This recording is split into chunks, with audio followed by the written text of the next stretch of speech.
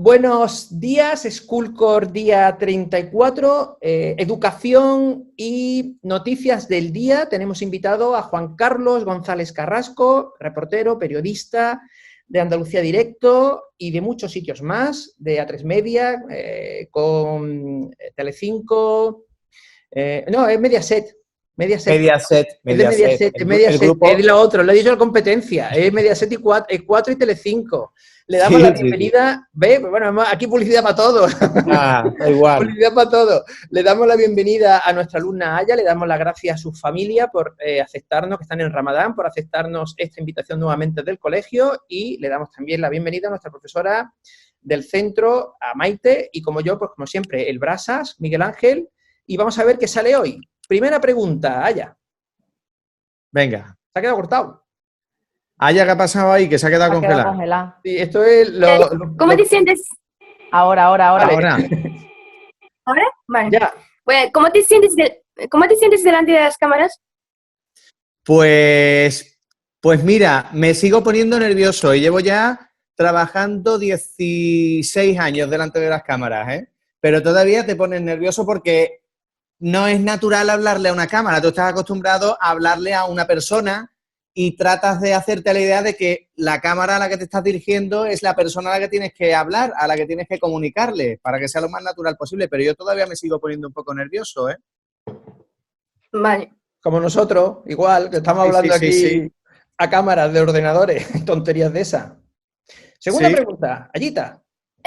¿Qué es el periodismo? O sea, ¿qué es el periodismo exactamente? ¿Qué es el periodismo exactamente? ¿Qué es el periodismo exactamente? Bueno, yo creo que el periodismo es la necesidad que tenemos todos de saber, de conocer, de tener información de primera mano de lo que ocurre ya no solo en nuestro entorno, sino más allá, en otra provincia, en otra ciudad, en otros países. El periodismo tiene que contar todo lo que ocurre, todas esas cosas, hacérselas llegar a toda la población y sobre todo el periodismo tiene que buscar la verdad. Cosas que no siempre se nos cuentan, cosas que no siempre se nos dicen, investigar. El periodismo tiene que hacer una labor muy amplia por descubrir siempre las verdades, intentar plasmárselas y hacérselas llegar a toda la población, a ti, a tu familia, para que la verdad siempre prevalezca por encima de todas las cosas, ¿no? Y yo creo que esa es la función principal, que todos conozcamos, estemos perfectamente al día de lo que ocurre no solo en nuestra ciudad, sino en otras ciudades lejanas, en otras provincias, en otros países, y de una forma veraz, que sea lo más cierta posible, ¿eh? Que no nos quedemos solo con lo que nos cuentan los gobiernos y las empresas, etcétera, etcétera. Tercera pregunta. No, no iba a ser la tercera, iba a ser dos, es verdad. Bueno, claro. Ya habéis visto que eran solo dos. Por cierto, ya habéis visto que había un... te ha llegado la taza por correo, ¿no? Porque no le ha llegado la taza por correo, pero bueno, ya está. Vamos a ver. Primera pregunta, entonces, de la sección no seria del programa, que es los profesorados. Maite, primera pregunta. Bueno, Juan Carlos, que bienvenido lo primero y que muchísimas gracias por colaborar con nosotros, con este súper proyecto y en estas circunstancias. Pues yo me he leído tu currículum y me he quedado un poco sorprendida porque con lo joven que eres tienes una trayectoria ya bastante amplia. Y te quería preguntar, lo primero es, ¿qué dificultad presentan las noticias del día, de lo programado a lo que demanda la actualidad? Pues el problema es que ya lo programado casi no suele servirnos en cuestión de 10 minutos.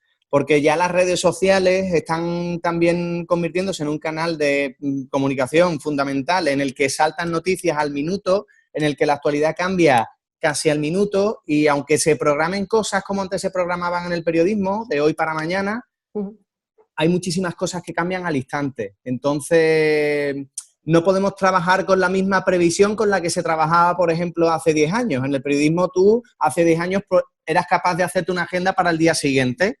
Te hacías tu agenda, venga, mañana vamos a hablar de este tema, de este otro, de este otro. ¿Qué pasa? Que ahora la actualidad es tan frenética, ocurre todo tan rápido y sobre todo se difunde tan rápido a través de Twitter, a través de Facebook, de los portales de Internet, de los periódicos.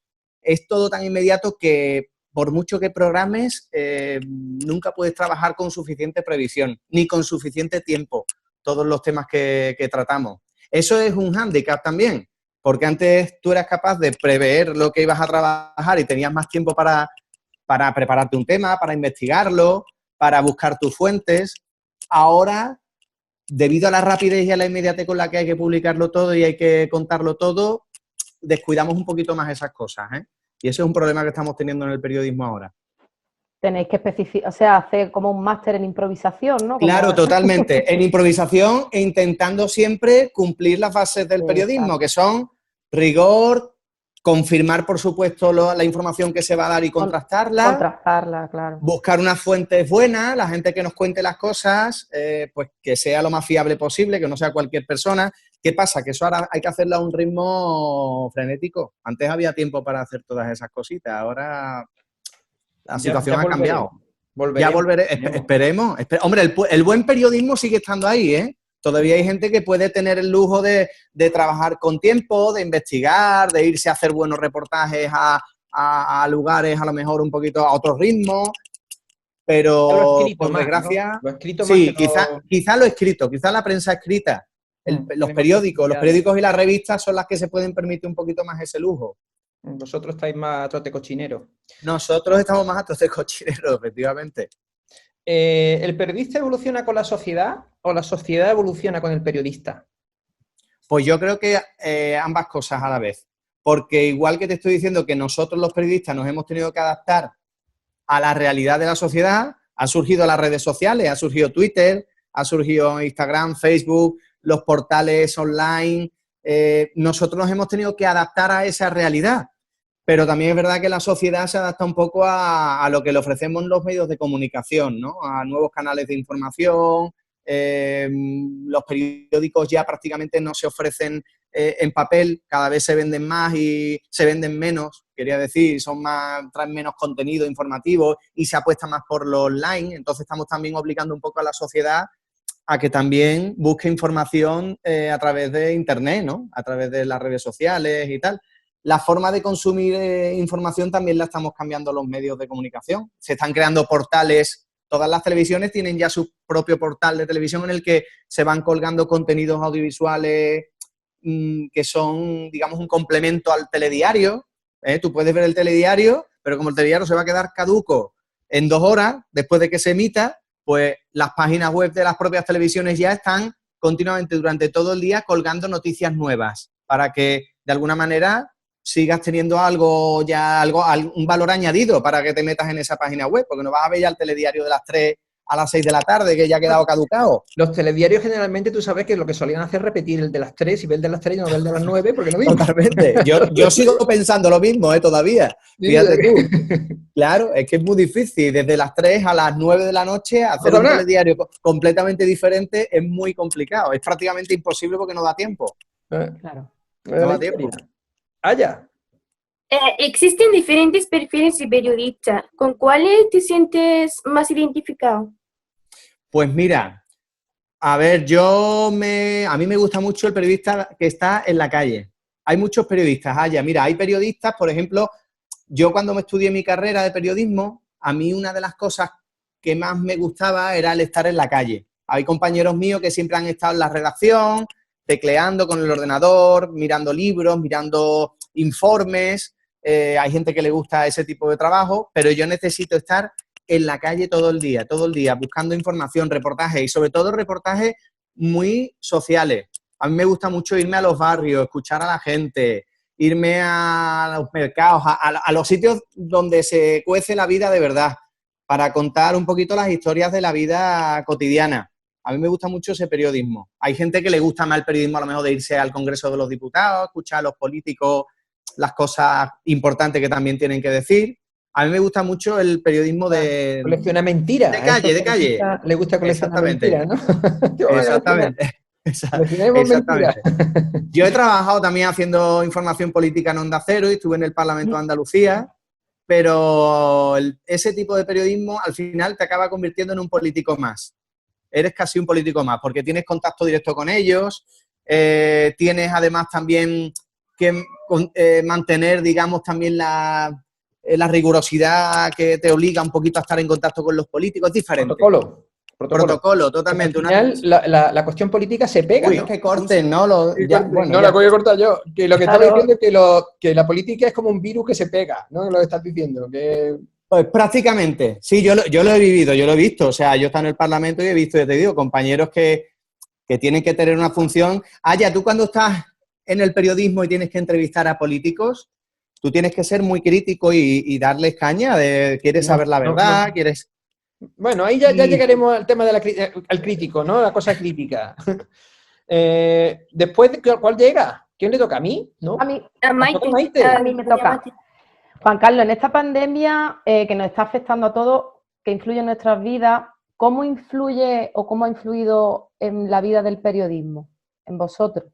Pues mira, en mi caso personal, yo, por ejemplo, yo he tenido que seguir trabajando en la calle durante todos estos días. Entonces, a mí me ha generado mucha inquietud, mucha incertidumbre el querer informar, el querer llegar a las personas, a la gente, a los sitios, pero a la vez también tener que protegerme como persona, ¿no? Cuando estoy trabajando en la calle. Ha sido un problema por eso, porque hemos tenido algunos días que informar de situaciones que se han vivido en algunas casas, en algunas barriadas, y cuando hemos llegado allí, pues te das cuenta de que no puedes meterte en casa, que no puedes acceder a lugares a los que antes accedías, que tienes miedo incluso porque no sabes en qué momento te puedes contagiar, te puedes llevar incluso la enfermedad a tu casa. Entonces, nos hemos encontrado ahí, han chocado dos cuestiones. Una, el deber profesional de que tienes que seguir informando, que tienes que seguir trabajando y que tienes que estar en la calle, con el miedo como persona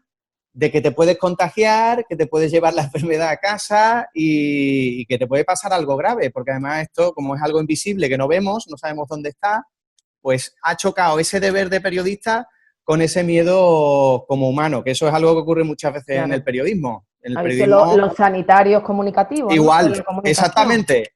Un poco ha sido esa situación, ¿no? A ver, salvando la distancia, porque ellos lógicamente están en muchísimo más riesgo que nosotros. No tiene nada que... Pero sí es verdad que hemos vivido esa situación, ¿no? Y sobre todo, pues, vivir el drama de muchas familias y que te afectan. Al final esas cuestiones también te afectan. Nos hemos convertido un poco en los confesores, la gente a la que nos han llamado los ciudadanos para contarnos lo que estaban viviendo, su desahogo. Mira que tengo problemas porque no voy a llegar este mes a pagar tal o porque no me están pagando lo que me tienen que pagar. Hemos sido un poco los confesores también de muchísima gente que nos ha llamado para contarnos sus problemas. Estamos siendo todavía. Claro, porque busca soluciones. O sea, ten en cuenta que la prensa siempre la historia, cuando alguien no te da respuesta, siempre busca... Tú ten en cuenta que el ciudadano de a pie, el político no le tiene miedo, pero al periodista sí. Porque lo que yo pueda gritar llega a mi círculo, que generalmente es un círculo muy pequeño, pero un periodista, su círculo es grande. Y más uno que va con una cámara. Las cámaras les tienen mucho miedo. Entonces, lo que tú puedas decir en la cámara, porque generalmente, lo importante aquí no es el ciudadano, lo importante es qué repercusión puede tener a nivel de la oposición me coja. Dile que sí, que la oposición me coja y me ponga amarillo, ¿no? Claro. ¿Sí? Respecto al tema que está relacionado, ¿por qué las noticias muchas veces están por encima de la ciudadanía y todo vale para conseguirla y para darla o no estás de acuerdo? ¿Por qué las noticias están a veces, perdona que no te he escuchado, Miguel? ¿Por qué las noticias están a veces por encima de la ciudadanía y todo vale para darlas o no estás de acuerdo que estén por encima de la ciudadanía? Porque, por ejemplo, en el tema este del COVID, por ejemplo, aquí siempre se está viendo cómo ha ido la cosa, ¿no? Pero yo, por ejemplo, sí echo en falta o veo que por parte de los periodistas, por parte de ciertos periodistas, las noticias se han llevado mal. Se han llevado mal por crear... era más interesante las cuestiones de crear caja, porque puedan ser noticias, que lo que realmente luego puedan provocar en la ciudadanía, ¿no? Y realmente... a mí me ha resultado triste el ver cómo se juega con los sentimientos de todo un país de miedo y se juega con los sentimientos de ignorancia y porque, claro, lo que dice un periodista va a misa. O lo que dice un periodista es, como tú te decías antes, está contrastado, y no es verdad. O sea, no es verdad. Sí. O sea, porque tú lo coges de una agencia que se llama Agencia F, AFA o IFA. Entonces, Sí. y sin embargo le das veracidad a algo que puede no tenerla. Y esa es la historia, ¿no? Porque muchas veces tiene más importancia, te lo voy a repetir porque ya se me ha olvidado. Dice, las noticias muchas veces están por encima de la ciudadanía, si consideras. Sí, a ver, eso tiene que ver con lo que yo también te decía un poco al principio. Aquí en esta profesión hay periodistas que tienen más compromiso con su profesión. Nuestra profesión, el compromiso que tenemos es el de llevarle la verdad a la gente por encima de todas las cosas, sin intereses de ningún tipo. Pero sí es verdad que también hay periodistas que se deben a intereses varios, intereses políticos, empresas que le pagan y que ven el periodismo como un negocio, simplemente, no como un deber, ¿vale? Como una obligación. Nosotros tenemos la obligación de ser rigurosos, de contar verdad, de buscar siempre la transparencia, de que lo que contemos de verdad esté por encima de todas las cosas, ¿no? Pero hay otros periodistas, por desgracia, un poco más corrompidos y que anteponen el interés económico por encima de todas las cosas, que prefieren inventarse un titular llamativo. Los titulares, por ejemplo, de un periódico, prefieren hacer un titular llamativo para... Uy, se ha quedado congelado. Se ha quedado congelado. Vender 500...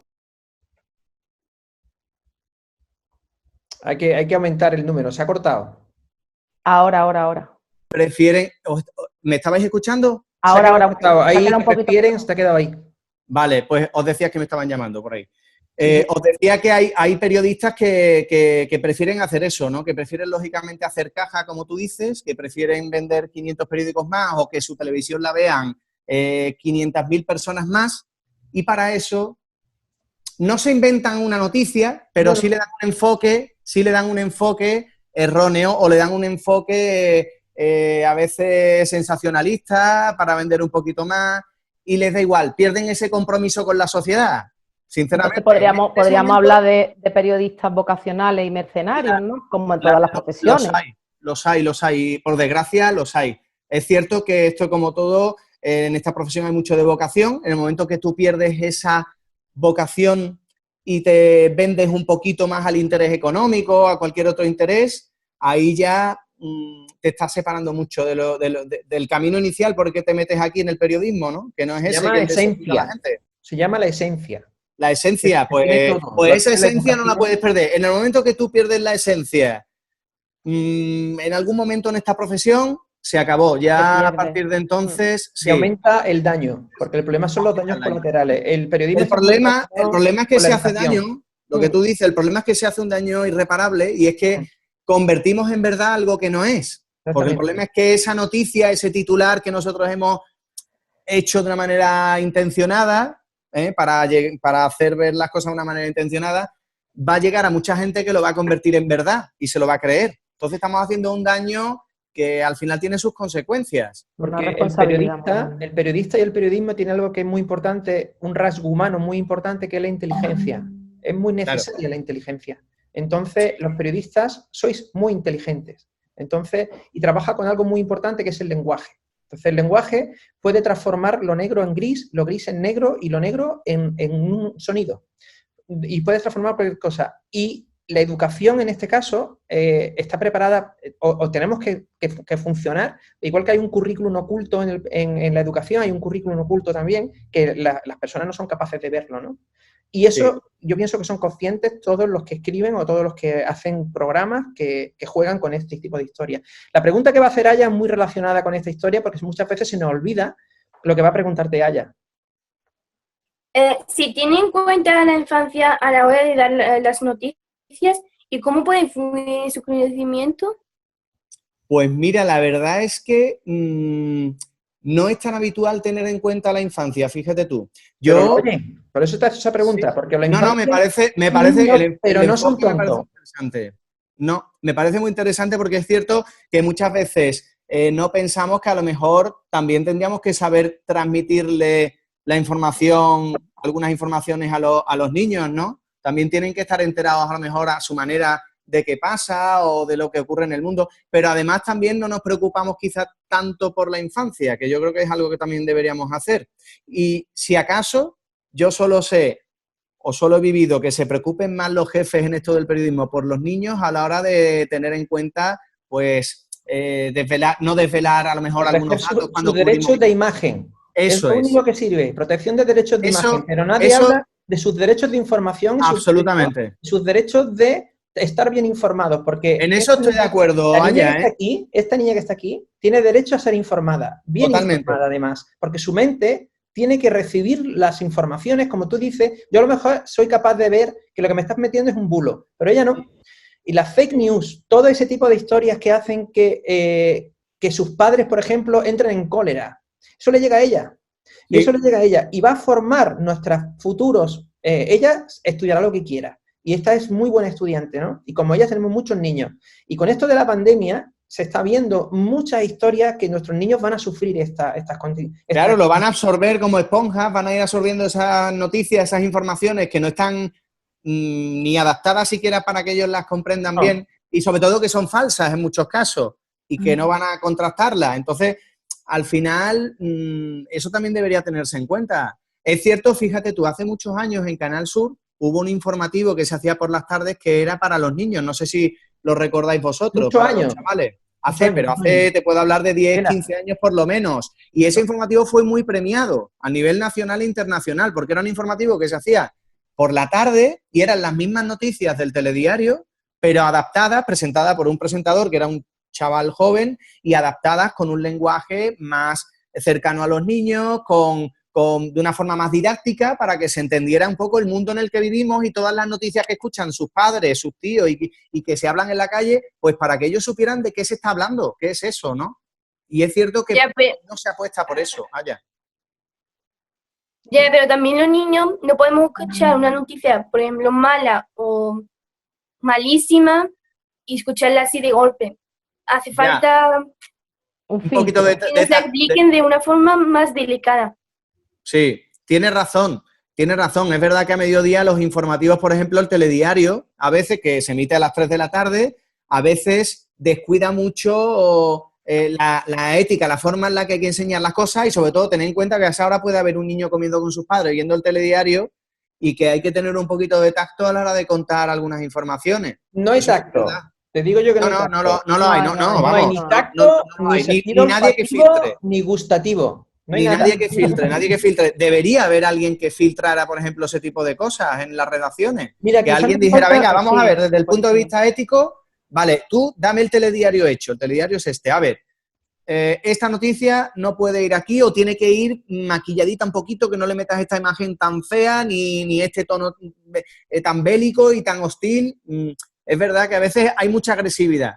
Y mucho sensacionalismo. Y mucho sensacionalismo. Implicaría un grado de civismo en la sociedad que yo creo que va a hacer falta, como no te digo 2 generaciones, pero sí diría como 7 u 8 generaciones para que España está hablando de metafísica periodística, está hablando de metafísica social, que eso no existe.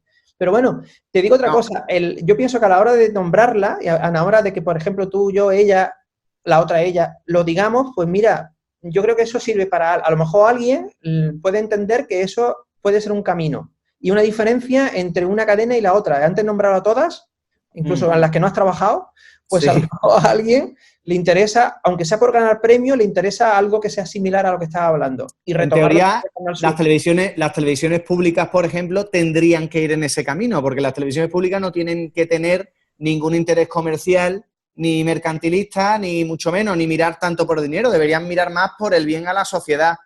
Pero fíjate tú que de momento no hay ninguna tampoco que esté haciendo... Es verdad que el discurso de las televisiones públicas, tú ves un telediario de Canal Sur o de Televisión Española y quizás es mucho más neutro y menos hostil que un telediario de Antena 3 o de Telecinco, ¿no? Busca menos el sensacionalismo. Pero es verdad que aún así no está filtrado como debería estar para que haya, por ejemplo, cuando vea el informativo... No consiste tampoco en que haya lo que dice la censura, ¿no? Esto se está diciendo censura. No consiste en censurar. Consiste no es censurar. En pensar hacia dónde vamos y qué queremos. Claro. Y lo que ha dicho Juan Carlos, que es una palabra muy bonita, el maquillaje, ¿no? O sea, es maquillarlo un poquito, no Se es puede ni contar, censurarlo, no ni se trata de no contar. se puede claro, contar, decirte, oye, mira, eres muy feo, decirme, mira, eres diferente, eres persona. O sea, hay muchas maneras de decir las Más cosas. Yo lo delicadeza. digo Exacto, Mecano en los 80. delicadeza, delicadeza, Delicadeza, esa es la delicadeza, esa es palabra, la sí. palabra, la ha dicho ella muy Mecano bien, ya lo decía delicadeza. con la canción Maquíllate. Claro, Sí, sombra aquí, sombra allá. tal cual, Vaya, tal tú cual. lo pones Maquíllate de Mecano. Que esa Ay, tiene es verdad que ella no. Pelito. Es verdad, es verdad. Vamos a ver la bio. Ahora Bueno, le toca, ¿a quién le me toca? toca a mí, me toca a mí. Hola. Bueno, va más o menos en la misma línea, Juan Carlos. Dice, las ideas y creencias, las ideas y creencias determinan la realidad y la manera de contarla, y la verdad no es siempre la verdad, es lo que hemos estado hablando un Sí, poco. es como remarcar lo mismo. Es como si uno Sí, estuviese a martillo pilón. claro. Evidentemente las ideas y creencias marcan la sociedad en la que estamos viviendo, pues una sociedad occidental. Allá, por ejemplo, que está ahora estos días con En su Ramadán. Ramadán, ¿no? Pues, por ejemplo, en los informativos de aquí de España todavía hablamos del Ramadán a lo mejor como si eso fuera algo ajeno. Pero si es que eso es algo también nuestro, si es que allá nacido, tú has nacido aquí en España, ¿no? Allá, No, ¿no? ¿Dónde naciste? en Marruecos. En Marruecos, pero ya hay muchas chicas y muchos chicos musulmanes que han nacido aquí, que son españoles, que han nacido en nuestro país y que también tienen esa tradición, ¿no? ¿Por qué seguimos hablando del Ramadán como algo que está muy lejos, que eso viene muy lejos y que lo celebra gente rara y que, ¿sabes?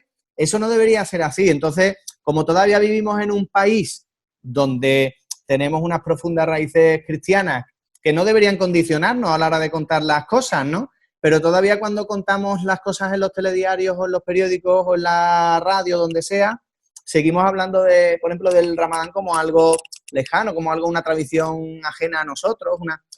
Entonces, es cierto que al final las creencias, la cultura en la que vivimos, todo eso también perjudica y también afecta a los telediarios, a la forma en la que contamos las noticias. Todo Pero eso tampoco condiciona, he ¿eh? visto yo, y esto es, no sé si una crítica a periodistas musulmanes. ¿No? Por ejemplo, esa es una cuestión. O si los hay, no les No se dejan ven, mostrarse, no no se les ven. O dejan sea, mostrarse claramente. no lo he visto. O Los sea, franceses sí tienen. Los franceses sí sí, pero Sí, tienen nosotros no. canales. Y nosotros somos musulmanes, vamos, sí, nos ya A te corre un mucha tanto digo, por pena. Y más ciento, los un tanto por andaluces. ciento. Somos un tanto cierto, por ciento. Claro, cierto, es verdad. O sea, yo en Canal Sur nunca he sí. visto, al menos con Mira, rasgos, o en que la se... radio sí hay. En la radio, de hecho, hay un programa, si no me equivoco, en Canal Sur Radio, Ujú. que lo hace además y lo llevan especialmente para la comunidad musulmana. Lo hacen para distintas comunidades religiosas, pero también para la musulmana. Y creo que tienen a una chica, pero no es lo habitual que se No, muestre, que se muestre a lo mejor, pues eso, la identidad religiosa de una persona. Bueno, los capillitas sí. O sea, las cofradías y los capillitas, eso sí, evidentemente, si llevas la medalla aquí en el pecho, la puedes llevar, por eso no está aquí mal visto, ni hay problema ninguno en exacto. demostrarlo. Pero sí es verdad que esa diversidad estaría bien mostrarla también en los medios de comunicación. ¿Por qué no podemos poner una presentadora de informativo como Haya dentro de 15 años presentando tú las noticias Y tranquilamente? no lo dudo, A ¿eh? una. Y no lo Por dudo, eso, por eso porque a ella le sería encanta, ideal. vamos. A mí me parecería ideal y además sería una apuesta por realmente por la diversidad y por integrar a la comunidad musulmana, que dijeran, mira, oye, una presentadora de mi comunidad presentando las noticias, los informativos, por integrar realmente un Mira esfuerzo lo que por la hizo el Alto integración. Aguirre. Luego el instituto lo arremataría, pero mira lo que hizo el Alto Aguirre. Claro, claro. Sería Bueno, ideal. O ¿a sea, quién le toca? A ti, ¿Mí? A ti. Vaya. Dice, el periodismo de calle, ya lo he dicho antes, ¿te aporta personalmente algo más que el periodismo en la redacción? Ya lo has lo he dicho dicho tú. antes. muchísimo, o ¿Qué te sea, muchas aporta? Te vivencias. aporta Yo, vida, me da la impresión. Te aporta como persona, o sea, mi vida personal y mis vivencias personales, el 80% están basadas en todas las historias que yo he ido conociendo al cabo del día. Yo todos los días conozco a una persona distinta, una historia diferente. Todos los días me meto en la vida de una familia que tiene un problema distinto o que necesita contar y que se conozca su historia como sea. Esto todos los días es diferente al anterior y todos los días conozco a gente muy diferente. Entonces eso te enriquece mucho y te hace tener una mente muy abierta en la que te posicionas y empatizas mucho con cualquier persona porque has vivido tantas situaciones, has escuchado tanto Sí, que al final es tu misión. Te conviertes en un maestro, eres un maestro. Sí, a ver, un maestro de nada también, pero en cierto modo no me es verdad. digas eso. No, hombre, un maestro, yo no soy maestro de nada, yo no soy nadie para enseñar, pero sí es verdad que absorbes tantas realidades y tantas situaciones distintas que empatizas ya con todo el mundo. Es que es imposible no entender a alguien cuando te sientas a escuchar su problema, porque además nuestra misión fundamental es la de escuchar a la gente. Yo cuando llego a un sitio a grabar un reportaje no me expongo, venga, dígame usted, le pongo el micrófono y cuénteme lo que quiera. No, yo primero tengo que escuchar a esa persona, ver cuál es su problema, su situación. Y entonces, pues, al final te conviertes un poco en psicólogo, absorbes muchísimas historias, ¿no? Y eso te lo da la calle. Lo que pasa es que cuando eres periodista puedes preguntar a cualquiera y te puede contestar, pero si eres otra cosa, esa persona te preguntará ¿por qué preguntas?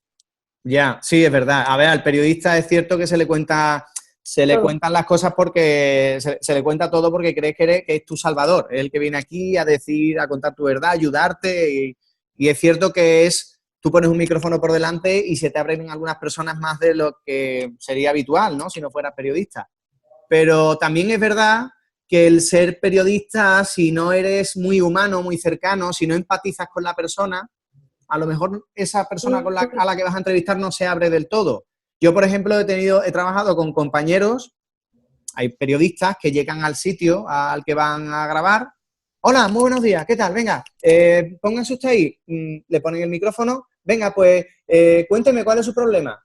Evidentemente, si tú llegas de esa manera tan fría y tan seca, a ti esa persona no te va a contar las cosas con la sensibilidad y con la humanidad con la que debería, ¿no? Entonces, el periodista tiene que ser, sobre todo, esto me parece que no sé si era Kapuscinski el que lo decía, un buen periodista tiene que ser buena persona. Para ser buen periodista hay que ser buena persona. Hay que empatizar y ser humano. Y antes de grabar y antes de utilizar la cámara y de poner el micrófono, tú tienes que sentarte con esa persona, hablar un poquito, conocer y que haya conexión. Si no, no funciona. Si no, no te va a salir nunca un buen reportaje, ni esa persona se va a abrir contigo para contarte su vida y su realidad. Eso es fundamental. Respecto a la frase, yo creo que cualquiera tiene, o sea, yo te lo pondría en político, o sea, si quieres un buen político. En todo, claro. Lo que pasa, yo me lo llevo al periodismo, pero es verdad que en todo. Se echa de menos a la Anguita, Julio Anguita, don Julio Anguita, Hombre, pero yo creo que si algo están diciendo de Julio Anguita es que era buena persona. Que era buena persona. Sí. ¿Y qué pasa? Que buena persona extrapola que al final es buen político. ¿Por qué? Pues lo que pasa es que en el periodismo es a lo que me refiero. O sea, yo, por ejemplo, he llegado a ir a pueblos a grabar a lo mejor donde ha ido la televisión una vez en 10 años y a mí me ha llegado a decir gente, vamos, tampoco me quiero echar flores, pero sí me han llegado a decir, menos mal que has venido tú, porque estuvo aquí grabando el otro día una muchacha de tal televisión que llegó aquí, se bajó del coche un minuto antes de hacer la conexión en directo y cogió y se fue. ¿Qué pasa? Pues que, claro, esa gente no se abrió a esa periodista ni empatizó con ella, ni la vieron como alguien cómplice a quien contarle tus cosas, no la vieron como alguien que venía a ayudarles, sino que la vieron como un político más o un instrumento más que venía allí a sacarse la foto o la noticia de turno y a cobrar por haber ido allí, punto.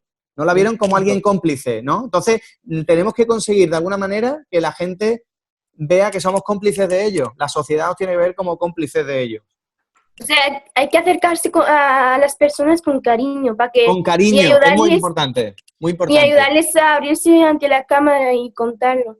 Muy importante, sobre todo cuando son historias humanas, cuando tú vayas a hacer, por ejemplo, periodismo social, ¿no? De contar los problemas de la gente, lo que necesita la familia, todo eso. Eso es muy importante dedicarle mucho tiempo. A eso hay que dedicarle mucho tiempo, porque no se trata de ir con la libreta y empezar a apuntar. No. Se trata de que tú vayas, tú te sientes, te tomas un café con esa persona, le escuchas, ves cuál es su problema, porque también te conviertes un poco en psicólogo. Cuando tú eres periodista, eres un poco psicólogo y ya sabes tú quién te está mintiendo, quién está intentando utilizarte y te está engañando un poquito. Claro, entonces tú ya te conviertes en psicólogo y eres capaz de ver qué de verdad hay en lo que te están diciendo y qué puede haber de mentira, ¿sabes? Entonces, aunque luego tú tienes que contrastarlo también, ¿no? Pero eso es muy importante. La intuición al final la creas a base de conocer a mucha gente y de hablar, pues igual que le pasa a los profes. Eso al final os conocen de lejos, ven de lejos, ya saben quién es cada uno y cómo está recortado cada niño. Porque el secreto que es que el profesor no te conoce, te huele. Pues esa es la historia. Es la historia. El profesor huele. A nosotros nos pasa ya un poco igual. Yo ya veo, ya huelo de lejos, yo digo, uy, este viene a engañarme.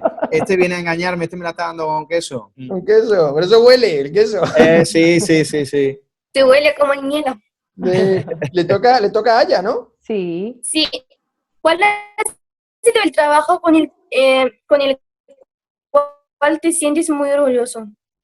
¿Cuál es el trabajo con el que te sientes más orgulloso? Más orgulloso. Pues mira, a ver, yo me siento muy orgulloso de varios reportajes que he hecho. Yo he estado trabajando, antes de estar ahora en Andalucía Directo, he estado trabajando en un programa que se llama Punto de Mira, que es de investigación en 4, y entonces ahí hemos destapado algunos fraudes. Y hemos ido, por ejemplo, a destapar a médicos que ejercían sin tener el título, que eso es algo muy peligroso. O sea, un médico que no se ha titulado con su título de medicina y que está ejerciendo y que está mandando medicinas a la gente, eso es peligrosísimo. Entonces, nosotros hemos conseguido investigar, comprobar que esa persona está ejerciendo sin tener titulación. Hemos conseguido que vaya la policía y que le abran una denuncia y que inicien un procedimiento judicial y que paralicen sobre todo a ese señor, ¿no? Y luego me gustó mucho un reportaje que hice en la cárcel de Panamá. Panamá, allá es un país que está en América Latina, está muy lejos, y me fui a grabar junto al canal. Junto al canal de Panamá, en Centroamérica. Y allí yo creo que allá se ha quedado congelado. América del Norte, América del Sur, en medio, Panamá. Sí. Pues allí nos fuimos a grabar un reportaje a la cárcel de Panamá, que nos tuvimos que colar en la cárcel allá gracias a un cura español, porque como allí no hay mucha democracia y no permiten que los medios de comunicación, las televisiones, puedan entrar en las cámaras para contar lo que hay allí, porque allí se trata muy mal a los presos que están en las cárceles de aquel país, están en muy malas condiciones, como animales, ni comida, ni agua, horroroso. Y entonces nosotros queríamos contar la situación en la que estaban los presos allí porque nos habían llamado varios españoles a decirnos, familiares de presos españoles, pues que la situación era lamentable, que por favor, que había que echarle por razones de humanidad, había que ayudarles. Entonces nosotros, la única manera que teníamos allí de entrar era gracias a un cura español que iba a la cárcel todos los días y que le respetaba mucho. Él le dijo al director de la cárcel que íbamos a hacer un reportaje sobre su persona y entonces nos dieron permiso para entrar, para grabar al sacerdote español en la cárcel. Y una vez que estábamos dentro, el sacerdote nos dijo, oye, yo voy a distraer al director y coge y vete al pabellón 2 y pregunta por Antonio, que te va a abrir y te va a dejar ver lo que hay allí. Y efectivamente el sacerdote español entretuvo al director de la cárcel y yo pude entrar y ver todo lo que había allí. Mira, no tenían comida, llevaban una semana con un bidón de arroz lleno de carne podrida, no tenían agua. Entonces, todo eso lo sacamos nosotros en nuestro reportaje, hacinados, horrible. Y todo eso lo sacamos en el reportaje y a la semana, pues, quitaron al director, denunciaron eso en el Parlamento, lo llevaron allí al Congreso de Panamá. Hubo cambios. Entonces, yo me siento muy orgulloso de que gracias a ese trabajo hayan cambiado las cosas en esa cárcel. Los españoles que estaban allí, algunos se los trajeron a España, consiguieron traérselo aquí para que cumplieran su pena y sirvió. Lo más importante es que sirva tu trabajo para algo. Cuando sirve para algo y al día siguiente de que se haya emitido tu reportaje hay alguien que cambia algo, eso es la mayor satisfacción que hay. Ya, lo bueno del periodismo es que saca lo más oscuro a la luz. Claro, porque es lo que te decía antes, que es que es nuestro deber. O sea, es que nuestro deber es eso, porque a ti hay mucha gente que no le interesa contar lo malo porque quieren que todo vaya bien, ¿vale? Hay mucha gente que prefiere, no, aquí no pasa nada, en la cárcel está todo muy bonito, en este barrio está todo estupendo, aquí no hay problema ni nadie tiene problemas. Hay gente a la que le interesa que todo parezca que está bonito y que todo va bien.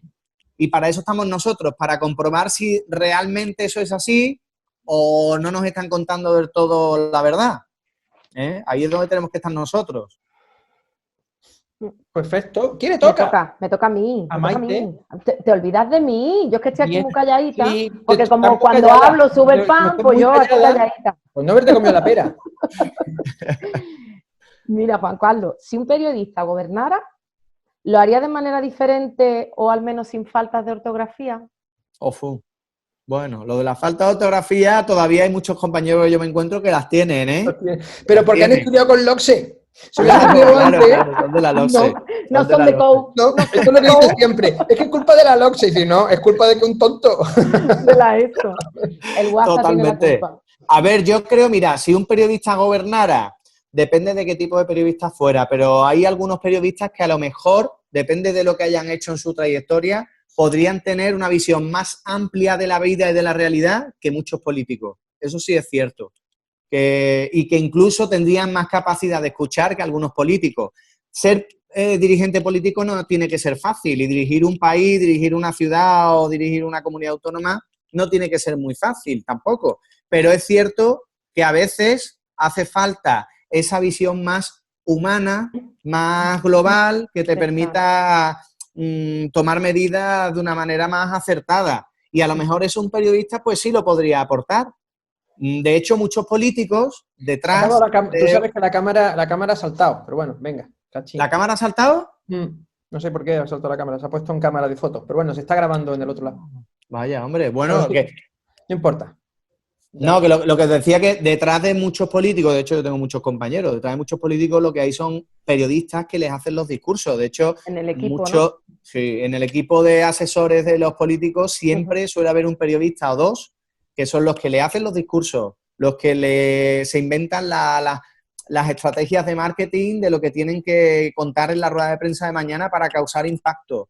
Entonces, los periodistas en ese sentido están muy metidos en la política porque tienen esa capacidad de estar en contacto con la ciudadanía, ¿no? Y llevarle al político esas ideas que ellos no tienen. Hemos dicho antes, claro. Sí, y son esa conexión entre el político a veces y lo que piensan los ciudadanos. Entonces, claro, pero lo que tú has dicho también antes, ¿no? Que luego se revierte en su contra, porque se van politizando. Ese es el problema. Y se queda sesgada esa parte crítica y esa parte de, entre comillas, meterte en el fango, como a lo mejor estás haciendo tú, o arriesgarte a que se te critique, se te tire un tirón de oreja por parte de la directiva, etcétera, etcétera, ¿no? Ese político ese periodista se ha convertido ya en político. El periodista que se dedica a hacer eso ya se ha convertido en político porque está al servicio de ese político y lo que trata es de utilizar la información y sus fuentes para que ese político se beneficie de alguna manera, ¿no? En su trabajo y tenga una imagen positiva. Entonces, es cierto que yo no soy partidario de que ningún periodista se dedique a la política porque ya ese periodista no puede volver al mundo del periodismo limpio, como un periodista limpio. Ese periodista ya llega de nuevo al mundo del periodismo contaminado, como, pues eso, tendencioso. Hay profesiones claro. Pero bueno, también se podrían meter vacunas de periodistas críticos, me refiero. Yo qué sé, imagínate dentro de un sería equipo, lo ideal. Los creativos, ¿no? Como se hace en Apple, las grandes empresas, pues meten a gente nueva que no tienen ninguna implicación y que simplemente te dicen lo que ven a través de su profesionalidad, evidentemente, ¿no? De hecho, yo si fuera político, a mí lo que me interesaría sería traerme a un periodista que me dijera a la cara, oye, mira, te equivocas en esto, en esto, en esto, en esto, en esto. Exacto. Porque estás haciendo esto mal, o esto mal, o esto mal. Yo preferiría que me lo dijeran. ¿Qué pasa? Que al final lo que se suele hacer es que un partido político llama a un periodista que sabe que es más o menos afín. Exactamente. Y se lo trae para que le eche una mano y para que... Y al final eso no es... Pero es que eso no genera cambio. Claro, eso no genera cambio. Bajo mi punto de vista es un tapón. Voy a darle a la cámara, no os vayáis. Aquí va a haber otro, ¿cómo se dice? Otra transición. Dale a la transición. Lo que yo, antes cuando tú estabas hablando del tema de las noticias al día, haya lo que, por ejemplo, el tipo de reportero o de periodista que es Juan Carlos, si tú quieres, y yo sé que te gusta el periodismo, compara cómo se dan las noticias. Es decir, hay reporteros o reporteras, como ha dicho él, que llegan el minuto antes, te ponen el micro en la boca y se van, y está más pendiente del pelo, además eso se nota, eso a través de la cámara se nota, pero tienes que tener una mirada crítica. Si a ti te gusta eso, reflexiona sobre la postura, cómo toman las notas, si lo tienen preparado o no, si a lo mejor ha entrado en directo y no se ha dado cuenta cuáles son sus gestos, porque hay mucha gente que está a lo mejor súper nerviosa, muy borde, hablando con tal, y de repente entra al directo y cambia el gesto y se pone... Claro, está en tensión, pendiente de la cámara más que de la persona con la que estás. Esa naturalidad que tiene Juan Carlos y que lo transmite a través de la cámara, porque es evidente, eso es lo que llega. Por ejemplo, la presentadora esta, la de Canal Sur que hacía el programa por la tarde, que luego se fue... Toñi Moreno. Toñi Moreno, lo que transmitía era esa absoluta naturalidad, que si se emocionaba, pues se emocionaba. Y ella empezó llevó Antena 3, cuando estaba María Teresa Campo, cuando se fue Toñi Moreno a... Bueno, pero María Teresa Campo, bueno... No a mí me llevó Toñi Moreno cuando era redactora de ella, me llevó cuando hacía problemas, a mí me llevó, o sea, que yo salí del ascensor gracias a Toñi Moreno, que me tenía en su agenda y me llevó para allá. Entonces, sí, Toñi es naturalidad pura y es lo que tú dices precisamente. Toñi, el éxito de Toñi radica en eso, en que es una persona cercana, que no la ves impostada en ningún momento, que la ves natural y que no le importa, ¿sabes? Y que se le cae el micro y dice, ay, mira, que se me ha caído, y no pasa nada. Ya está, no pasa nada. Tiene memoria de elefante. Toñi no tiene memoria de elefante o una agenda muy buena que no pierde. Alguna de las dos cosas tiene. Última pregunta. Dice, ¿crees que se puede hacer magia con las palabras y los programas televisivos para transformar voluntades? Es más de lo mismo. Pero hablo de... No, pero yo creo que sí se pueden conseguir muchas cosas, ¿eh? A ver, los medios de comunicación, al fin y al cabo, hay programas que son muy didácticos y que consiguen a lo mejor cambiar la forma de ver realidades. Yo creo que sí se puede conseguir. Lo que pasa es que hay que esforzarse mucho. Habría que apostar a lo mejor por programas de contenido más didáctico y que lo pusieran en horarios en los que la gente ve más la tele, que es el problema, porque los programas con los que se puede conseguir más, programas culturales, programas a lo mejor, no sé, documentales, etcétera, etcétera, esos programas a lo mejor los ponen a horas en las que nadie consume la televisión, ¿vale? Entonces, poquito se va a conseguir si eso no se pone a las 9 de la noche o a las 10 de la noche o en horarios en los que realmente lo hagas atractivo. Y sobre todo, crear programas que sean atractivos para que los vea Haya, para que los vea muchísima gente, que diga, venga, yo voy a ver esto de qué va, ¿no? Y utilizarlos para cambiar un poco la mentalidad de la gente. Yo creo que se puede hacer, claro que sí. Yo creo que hay formas de hacer televisión que sirvan para que la gente joven también cambie un poco la mentalidad, para llevar a gente de distintas culturas, de distintas ideas. Yo creo que sí, que se podría hacer. Bueno, ahí de todas formas yo pienso que cada X tiempo aparecen programas que son más o menos íconos, ¿no?, de la historia, ¿no? Tienes ahí el Pablo Moto intentando hacer sus cositas, ¿no? Sí, él hace su... A ver, por ejemplo, él pues tiene su forma... Evidentemente es un show, ¿no? Y a las 10 de la noche una empresa privada lo que quiere es generar mucha audiencia y money. Entonces tienes que hacerlo atractivo para todo el mundo, pero a la vez, oye, de vez en cuando Pablo Moto se marca, a primera hora del programa se marca como un speech hablando sobre cómo hacer que las cosas, cómo cambiar voluntades, pues a lo mejor ese mensaje que le está lanzando le llega a 4 o 5 personas a las que le funciona. Y dices tú, ostras, pues tienes razón, lo que me está diciendo este hombre me está haciendo ver las cosas de otra manera, ¿no? Y creo que se podría, por ejemplo, hacer... Con otra estructura de programa que también... También, por ejemplo, el programa de Wyoming es un... Exactamente, son programas... O sea, por ejemplo, Wyoming, tú puedes hablar de política, pero hacerlo de una forma divertida y amena. A las 9:30 de la noche o a las 10 de la noche, que ya estás harto de escuchar políticos por todos lados, y a esa hora de la noche tú pones a Wyoming y te ríes, porque es un análisis de la política, pero con un toque más irónico. También a la 13 Televisión, también la tienes. Digo, para que no se diga que solamente estoy hablando de programas de izquierda o programas de no sé qué, pero que todo el mundo piensa que aquí uno es de un color de otro, pues mira, de 13, también tienes la 13, que también está la 13. Sale de otra forma cuando acabas de verlo. Sí, totalmente. Hay que combinar la política y lo de hecho. Y el entretenimiento. Esto es como la lechuga, tienes que combinar cosas. Sí, lo suyo es combinar cosas porque si no acabas intoxicado. Y no quedarte solo con ver solo un medio de comunicación. No solo un periódico, no solo una tele, no solo una radio. Intenta ver y escuchar todas las que puedas. Porque muchas veces, como yo pienso de una manera, pues yo quiero ver la tele que habla como yo pienso. Pero te equivocas, porque lo que tienes es que intentar ver otras formas de ver el mundo, otras televisiones, otras radios, otros periódicos que piensan diferente a ti. porque a lo mejor ellos también tienen un poco de razón. Hay No que todas. variar. Hay que variar. Hay que variar. Siempre Eso es lo comer más la misma interesante. comida no es bueno. No. Siempre espagueti, te gustará Te el pone primer cara día, de espagueti. pero te cae No. espagueti. Y se lo digan a los No de puede Madrid. ser. Y no quiero meter el dedo en la Hay que llaga. variar. Hay que variar porque además nadie tiene la verdad absoluta. Todos tienen un poquito de razón. Entonces, Sí. lo suyo es no creer que alguien te está contando 100% la verdad, porque en algo seguramente fallará o en algo se equivocará. Juan Carlos, ¿Vale? te iba a hacer yo una preguntilla. ¿Qué opinas de los youtubers, ¿no? De estos chicos que tienen los canales, que tienen una audiencia espectacular Nosotros, audiencia dentro del espectacular, rango. 100, 50, No, pero ahí y vamos. que se han convertido en o creo, ¿no? Que en una parte, en un tanto por ciento, en vuestra competencia, ¿no? Porque ellos cuentan a través de diferentes formatos, porque ya cabe todo. Todos somos ya un poco periodistas, maestros, porque está ahí. Y los chicos, como haya, esta juventud, los adolescentes, están metidos en el mundo youtuber, ¿no? O sea, tú le preguntas ahora a un chaval que quiere ser de mayor y quiere ser youtuber, porque ganas dinero y porque tal. Entonces, tu punto de vista como periodista a estos nuevos periodistillas. A ver, a mí me encanta que se utilicen canales como YouTube o como Twitter o como Instagram para hacer contenido, porque creo que el futuro está ahí.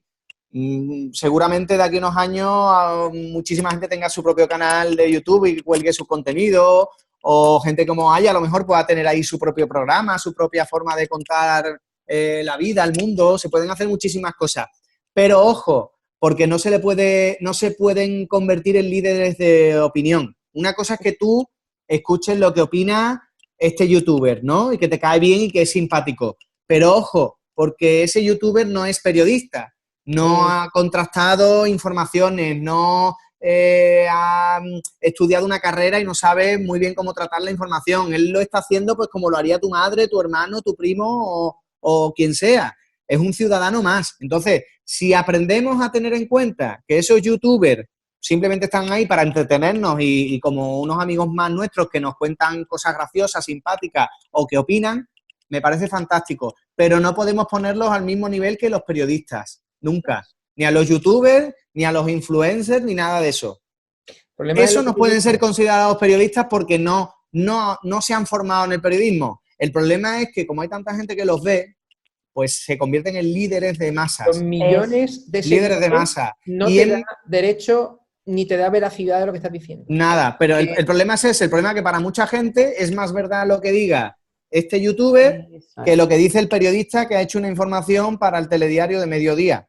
Y la mayoría, el motivo casi siempre es porque el youtuber es más, te acerca con más cariño y a lo mejor el periodista es más directo, no te entiendo. Claro, a ver, porque se hace de otra manera, el contenido se hace de otra manera. Pero fíjate lo que dice ella, no lo entiendes. O sea, claro, ella no lo entiendes. Está hecho para ellos. Porque vamos, mi hijo es adolescente y yo estoy harta ya de ver, vamos, yo tengo ahí una lista de youtubers, pero siempre le digo lo mismo, digo, tienes que contrastar, es lo que tú has dicho antes. Ve otras realidades, compara Wyoming con el youtuber, compara Arcano con el youtuber. Sé crítico, no leas solo un periódico.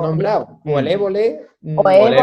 O quien sea. Pero es que nuestra generación, los niños, creemos todo lo que vemos. O sea, que necesitamos a alguien ahí que nos hable y que nos informe de la verdad. Tienen los que tienen los youtubers sobre todo, y tú estás dando ahí una clave muy buena, Aya, es que han buscado una forma de comunicación que está muy cercana a vosotros. Entonces, vosotros los veis como muy cercanos y ese es el pecado que hemos hablado antes que comete el periodismo, que el periodismo ahora mismo no está preparado para informaros a vosotros, a los niños, a los jóvenes. Tienen que hacer o tenemos que hacer formatos informativos que también sirvan para vosotros, para que vosotros entendáis el mundo.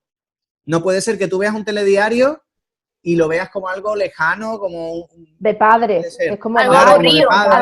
Aburrido, exactamente. Entonces, ese es un pecado que comete el periodismo. No pensar en que la gente joven también nos tiene que ver y tiene que enterarse de las cosas y tal.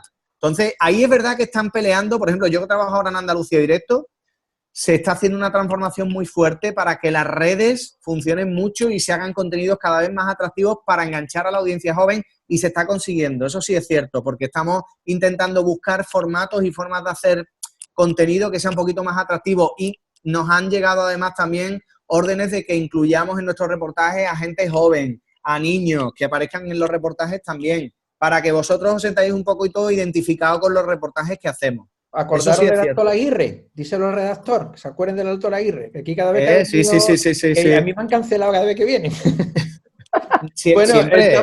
Vamos ya casi, creo que con los 50 minutos, porque como se ha cortado esto, tenemos que ir, yo sé que está a gusto, yo sé que está a gusto. Yo estoy encantado. Ya, pero esto, que luego al final no nos ve nadie, no somos yo, no somos youtubers, no somos.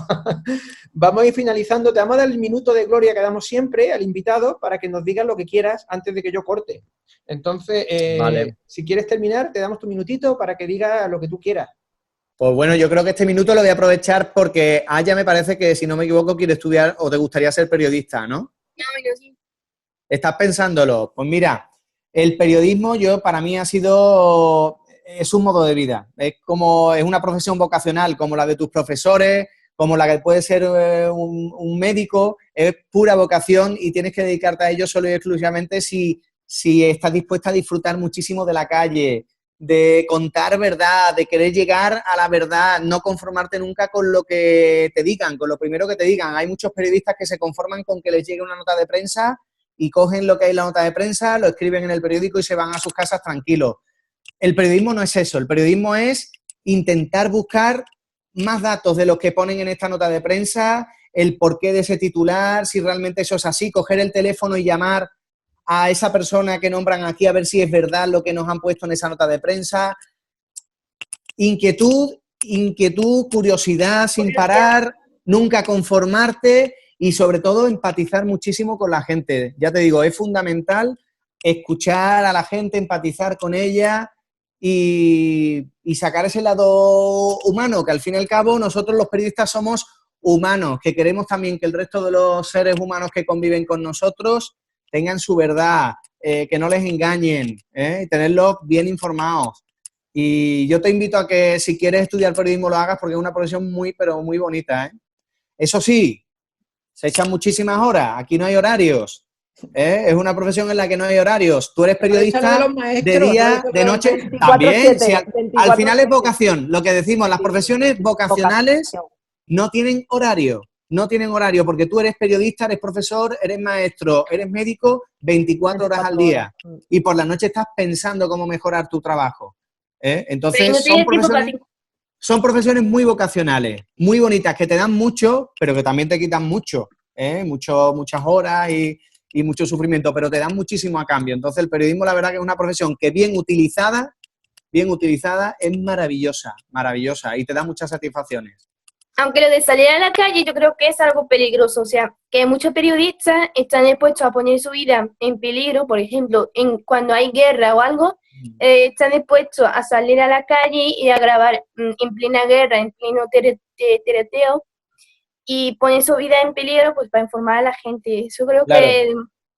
Sí, eso es algo que va en la vocación. O sea, tú sientes la necesidad de estar allí. Mira, yo, por ejemplo, cuando veo que está sucediendo algo en un país lejano o que está a punto de empezar un conflicto bélico, a mí por dentro me come un gusanillo por aquí que me dice, es que tendría que estar allí, es que me encantaría estar allí, es que tendría que estar para contarlo, para comprobarlo, para vivirlo, porque nosotros tenemos como una especie de necesidad interior de estar viviendo las cosas importantes que están sucediendo ahora mismo, ¿no?, en el mundo. Entonces, a mí me encantaría, yo cada vez que veo un acontecimiento así importante, siempre digo, me encantaría irme allí ahora, investigar, saber qué es lo que se está contando, echar una mano, ayudar a esas familias a que su realidad llegue a todos los países del mundo. Entonces, eso es algo que va dentro, que lo llevamos dentro. Pero ahí es donde está la vocación. Cuando a alguien de verdad no le importa el sacrificio, no ve miedo cuando está en la calle. A mí me ha pasado en algunas situaciones peligrosas que he estado grabando, me han dicho, cuando la han visto en la televisión mis amigos y mi familia, me han dicho, oye, ¿no has pasado miedo ahí? Y digo, pero si es que yo no era consciente de que yo estaba pasando ahí peligro, de verdad. Yo no era consciente de que había peligro. Yo estaba tan metido en mi papel de que tenía que llegar al fondo del asunto que no me daba cuenta ni de que estaba en peligro. O sea, me hubiera pasado algo y no me he enterado. Porque como estaba tan metido en mi papel de venga, que a este tío voy a buscarlo, que este es malo, que tengo que buscarlo, que tengo que... ¿Sabes? ¿No te das cuenta? Entonces, esa es la vocación. He dicho 1 minuto. Ah, bueno, esto han sido como 5 o 6, ¿no? Terrible, terrible. Es que no No, sé, yo sé que al final decir, yo te lo he dicho, te lo dije cuando te comuniqué contigo, digo que al final lo enrolláis, y esto se va muy largo. Oye, Bueno, la taza. Le damos las gracias a Juan Carlos. La taza, pásasela ahora otra vez porque no... Le damos las gracias a Maite. Toma, te voy a pasar... Espérate. Pásamela, hombre. Pásamela. Toma, venga, que la cojo. Toma, ahí la lleva, toma. ¡Vale! El error del directo, ha fallado técnico, ha fallado, en fin.